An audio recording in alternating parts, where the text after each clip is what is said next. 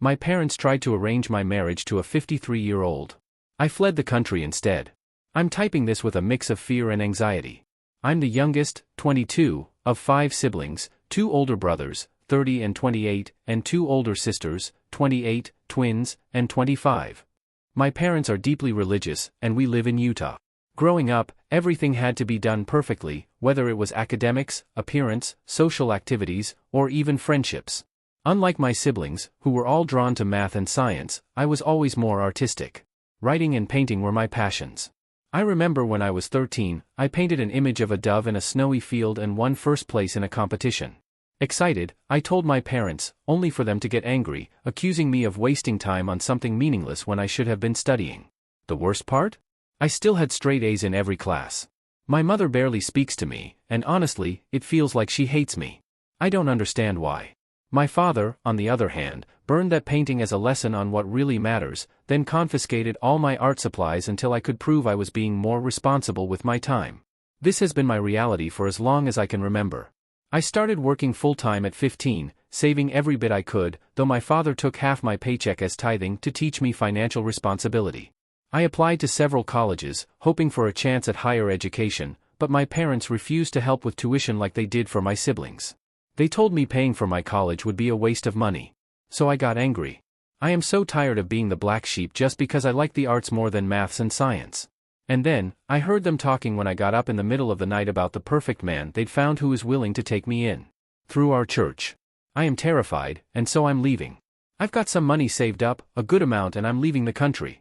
I found a job that lets me work remote doing freelance design work, and I've had my passport since I was a kid because of our family vacations overseas. I'm taking nothing other than a change of clothes, my laptop, and important documents I took out of my father's office. I booked a flight that leaves in 5 hours and I'm never coming back. I'm not even going to take my phone since I'd need to get a new number anyway. My best friend, God bless her, had been the one booking things and getting everything ready since I couldn't tip off my parents. She's also smuggled some of my more important things I can't take to hold onto for me. She's parking down the street and I'll leave with my smallest suitcase to meet her. I don't know how they'll take this. I'm terrified they'll find a way to drag me back, or track me down. They went to bed over an hour ago, but I'm too anxious to sleep. I don't know if I'll have any updates, but I just hope they don't stop me. Update. So much has been happening lately that I feel like I can barely keep up. I'll start with the good news before getting into the less enjoyable parts. For privacy reasons, I had to remove the specific location from my post, but I can say that I'm currently in South Africa, and it's been incredible. The food here is amazing. A fellow poster suggested I try bunny chow, a bread bowl filled with authentic curry, and it was absolutely delicious. I've also made a new friend. One of the hotel staff, who's around my age, and I really hit it off. She even took me to a local shopping center to pick up some new clothes, which was much needed. Thankfully, I'm already comfortable wearing dresses, and the fabrics here are so much lighter and more breathable than a lot of the ones back home in the US. She also gave me a useful tip: always shake out my shoes in the morning just in case. On top of that, I've started apartment hunting, and the prices here are shockingly low compared to the sky-high costs in the US. I found a studio apartment with a loft and kitchenette for just $81. Seriously, it's jaw-dropping.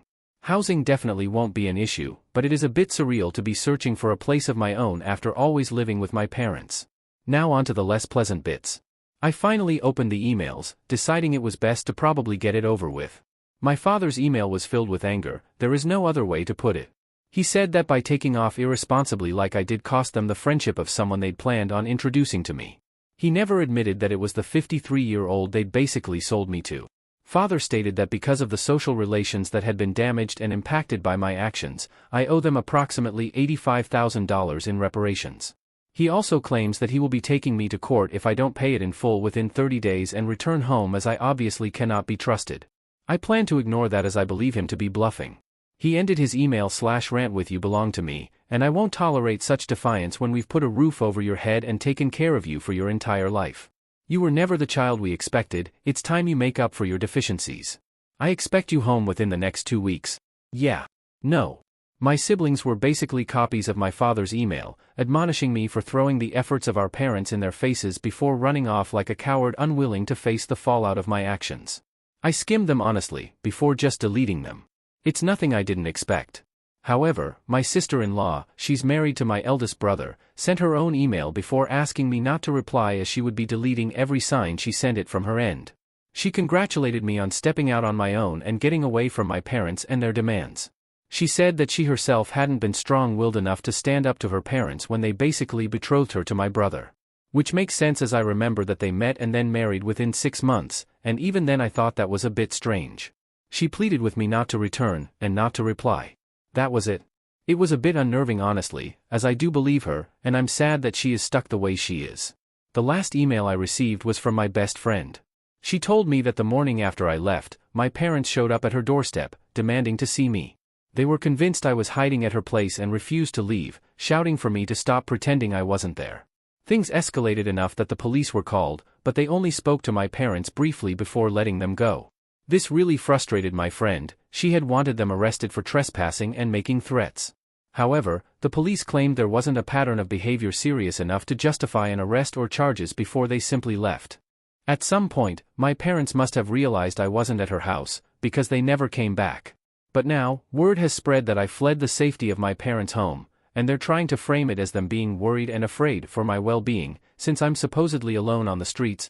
Members of the church ward have even been searching the area, trying to track me down. They have no clue that I've not only left the state but the country. My friend has no intention of revealing anything, and neither do I. As far as I'm concerned, they can spend the rest of their lives wondering where I went. I don't think I'll renounce my US citizenship. It's always good to have a backup plan, but I do intend to apply for dual citizenship as soon as I'm eligible. That's all for now, but if anything changes, I'll update you. I also just want to say thank you to everyone who commented or messaged me privately. It honestly feels like I have a real support system for the first time, and I can't tell you how much that means to me. Truly, thank you. Update. I'm truly grateful for all the advice and support from everyone. I can't thank you enough. With so many comments and questions, I figured I'd take a moment to address them and share an update on what's happened since my last post. First, a bit of irony, some people noticed my use of maths instead of math. That actually comes from my mother, who is British. She met my father in England when they were 22, so it's something I picked up naturally. My siblings say it that way too. I also appreciate those who pointed out that my story has been circulating on TikTok under a different name. I have no idea why they changed it, but I did report the videos. Whether they'll be taken down or at least edited remains to be seen. Another common question was why I chose South Africa, specifically Johannesburg, given its reputation for being dangerous. I understand the concerns, but nowhere in the world is completely risk-free. Africa is vast and incredibly diverse, and tracking someone down here would be extremely difficult. However, because those videos gained so much attention, I've decided to leave Johannesburg. I'm still in Africa, but I've relocated far from there. The area I'm in now is very safe and came highly recommended by multiple people. Settling here has been surprisingly easy, and the locals have been incredibly welcoming. I'm even considering enrolling in university and getting a degree. I haven't replied to the emails, but I have saved them and printed copies and laminating them just in case. I will not be renouncing my US citizenship, and my passport is good for another 8 years. I don't hate religion, regardless of what it is. In my eyes, a person's relationship with God is incredibly personal. If a person connects with Him via camping, or walks, long drives listening to music, acts of service, that's their choice and it's just as valid in my opinion as sitting in a pew is. Possibly more as they're honest with themselves instead of just putting on a false facade for the public eye. I plan on ignoring any further emails from my family, other than printing them out just in case. They've made several phone calls to my friend who's had fun with them. The first time your father called yelling that I hand you over, I pretended to be cowed and gave him your location. It took him to a strip club. He came back screaming at how I had embarrassed him. I just hung up on him honestly. She did that each time they called, giving a different location each time. Her favorite was sending my parents to a nudist retreat. My mother passed out apparently. My friend is looking to move and eventually plans to join me but will jump around a bit so that they don't follow her to me. I did finally read my uncle's email, but it was just a copy of my father's with the added comment that he and his fellow cops would be looking for me to bring me home safe before I got myself in trouble and hurt. I am being watchful, and I know better than to wander into dark alleyways and abandoned places. That's all I've got for now. If anything changes, I'll let you all know. It's heartwarming seeing and reading how many people are on my side and in my corner. I've actually begun printing out everyone's messages and comments to put in a binder I can look back on later. Truly thank you all, I mean it. Relevant comment. On being forced to marry even though OOP is an adult. OP, pressure via local church wards, it is easier to move on when I don't have them standing over me forcing their choices in place of my own. I honestly don't know if I'd be strong-willed enough to stand up to my father in person just yet. Maybe one day in the future when I know who I am outside of what I've been forced to be. Update. Hey everyone. It's been a while since my last update, and a few things have happened. My friend insisted I should share, especially since so many of you are still rooting for me. I've started to settle in here and am now tackling the never-ending mountain of paperwork, so much paperwork. I've secured an apartment, and while it has 2 bedrooms, one is reserved for my friend when she joins me. I've also met a few people locally and am slowly finding my footing. The biggest challenge so far has been adjusting to all the unspoken social norms that I instinctively understood in the US but am still figuring out here. It leaves me second-guessing myself a lot, but I'm hopeful that will fade over time. Now, onto my family. Somehow, they found out that I left the state, though I have no idea how. However, they still seem convinced that I'm somewhere within the continental US. My friend, who works as a cartoonist, has been preparing to leave as well, and she decided to send my parents a little farewell gift, without telling me until recently. She spent hours illustrating them visiting different locations she sent them to, carefully capturing their reactions. And of course, each scene ended with the classic phrase, "Abade, that's all, folks." Sadly, while I've never seen Looney Tunes? As she named it, she said she portrayed my dad as similar to a coyote? I'm still not 100% sure what that means, but she said everyone else would. Before then ordering me to watch it. Maybe one day. She should be joining me around October 9th, after country hopping several times. All the things she hasn't sold are in a secured storage unit, including the things she's been holding for me. The biggest revelation came after my father. Well, he had a meltdown apparently after I never responded to him. He got into a fight with my mother in church, and many things were said. Among those, according to several, that my mother had cheated on my father, which, well, led to me. Which is why she never liked me, I guess, as I just reminded her of her mistakes. My father took her back in spite of that, but well, there it is. It caused a big stir in the ward, and meetings were held, though I obviously don't know what was said or done. I may never know, honestly. I am trying to move on and am even contemplating getting a tattoo. Part of me really wants to, while another points out that if I change enough and father finds me, he won't want me then. That's all really for now. I'm not sure if I'll have anything else to share, but if anything happens I'll let you all know. Thank you for all the messages and comments, I do read them all. And it means more than you'll ever know. Update. Hey everyone, sorry for the delay in updating. Things got pretty hectic once my friend arrived. She's been settling in well, and having her here has been such a relief. It's given me a sense of security that I didn't even realize I was missing. We've been focusing on establishing new routines and figuring out a new normal that works for both of us. It's been a bit of a challenge, but at the same time, every day has felt different and exciting, keeping things from becoming dull or repetitive. One of my elderly neighbors, whom I've grown close to since moving here, invited both of us to spend Christmas with her and her family. They'll be serving goat as the main dish, which is definitely new for me, but I'm excited to try it. It's also been interesting adjusting to a Christmas without trees everywhere. While they're starting to become more common, they're still not the norm here. Instead, her granddaughter has been teaching us some traditional dances, since Christmas celebrations here are more like big festive gatherings rather than quiet days spent exchanging gifts. It's definitely a new experience, but one I'm looking forward to. It's odd, as even in my family we'd only ever be given 3 gifts. One for our body, one for the mind, and the last for the soul, to honor the Trinity according to my parents. Last year I think I received a new Sunday dress, a set of physics textbooks, and a new log journal for my scripture reading. After gift openings we'd each retreat to our rooms and remain there until dinner was ready, usually made by mother and myself. Yet here, they're planning on doing our hair, having dances and music with food and laughter. Gifts are still given obviously, but the day is spent more with those around you than on material things. I'm excited. I've decided to ignore my family for now. I've gotten a lot of questions on why I didn't report them or confront them, and the answer is easy and may seem a bit childish, but the thought of facing them like that terrifies me. I don't want to be around them, talk to them, or think about them. I'm genuinely scared that trying to bring justice will only drag me right back into the mess I ran from. I'm 22 and yet I'm terrified of my own family.